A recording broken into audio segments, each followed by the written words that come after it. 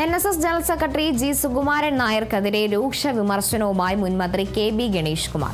സുകുമാരൻ നായർ കാണിക്കുന്ന മര്യാദക്കേട് ജനം അറിയണം. പദവി ഉപയോഗിച്ച് കുടുംബത്തിലെ 44 പേർക്ക് ജോലി നൽകി. തനിക്കെതിരായ ആരോപണം തുടർന്നാൽ തെളിവ് സഹിതം ഇക്കാര്യങ്ങൾ പുറത്തുവിടും. സുകുമാരൻ നായർക്കെതിരെ കേസ് കൊടുക്കില്ല. കാണിക്കുന്ന മര്യാദക്കേട് ജനമധ്യത്തിൽ പറയുമെന്നും KB ഗണേഷ് കുമാർ പറഞ്ഞു.